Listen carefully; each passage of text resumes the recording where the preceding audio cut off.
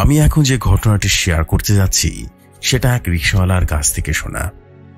ঘটনাটি ঘটেছিল দোহার থানার চরচপাড়া গ্রামের এসপি বাড়ির সামনের সেই রাস্তায়, যেখানে একটা কালভার্ট আছে আর তার ঠিক পাশেই আছে বড় একটা ঝোপ।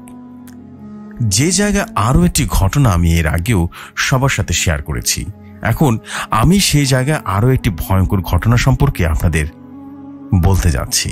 এই ঘটনাটি ঘটেছিল আজ থেকে প্রায় 7 থেকে 8 বছর আগে। একদিন এক রিকশাওয়ালা রাতে এক প্যাসেঞ্জারকে নিয়ে সেই রাস্তা দিয়ে পরে সাদা কাপড় পরা একটা লাশ শুয়ে আছে।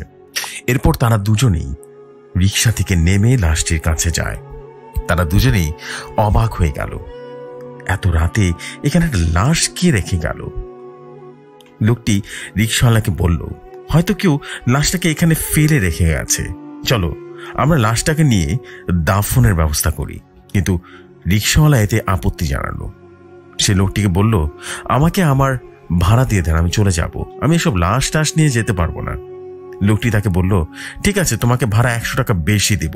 এই কথা শুনে রিকশাওয়ালা লাশটি নিতে রাজি হয়। তবে রিকশাওয়ালা লোকটিকে শর্ত দিল যে লাশটি আপনাকেই তুলতে হবে। লোকটি বলল, ঠিক আছে, তবে তাই হবে।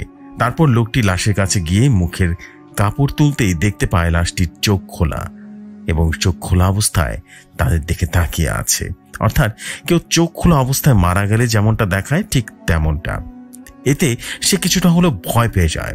এরপর সে লাশটির গায়ের কাপড় আরো কিছুটা অংশ সরাতেই দেখতে পায় লাশের শরীরের পশমগুলো অনেক বড় বড়, যে কোনো সাধারণ মানুষের থেকে একেবারেই আলাদা। অর্থাৎ পশমগুলো ছিল ঠিক ভেড়ার শরীরের পশমের মতো।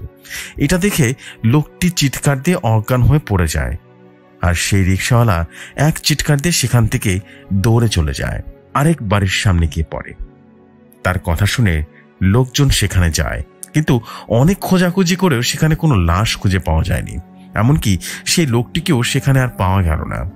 পরদিন সকালে সেই কালভার্টের নিচেই সেই লোকটির লাশ পাওয়া যায়, কাদায় অর্ধেক গাড়া অবস্থায়।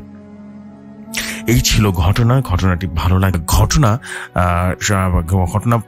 রেকর্ড করে অডিও ক্লিপ আকারে আমাদেরকে পাঠিয়েছেন, আমরা সেটা এখন প্লে করব। আশা করছি আপনারা সকলেই খুব মনোযোগ দিয়ে শুনবেন। চলে যাই সেই ঘটনায়।